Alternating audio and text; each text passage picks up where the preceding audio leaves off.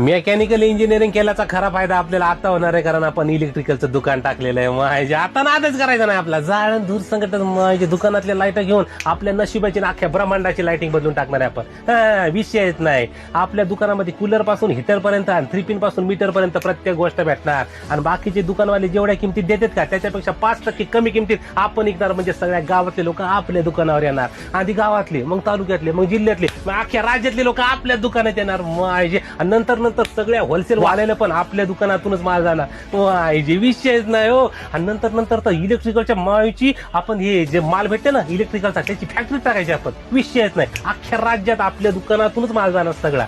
सगळ्या अधिकाऱ्याला पैसे देऊन टाकायचे. म्हणजे कसं एखादा इलेक्ट्रिकलचा टेंडर सुटलं का इलेक्ट्रिकलच्या टेंडरला बी आपल्या दुकानातूनच माल जाणार. माझ्या अख्ख्या राज्यात आपल्या दुकानातूनच माल जाणार. अख्ख्या देशात नाही अख्ख्या ब्रह्मांडात माझ्या आपल्या दुकानातूनच माल जाणार सगळा इलेक्ट्रिकल सप्लायचा.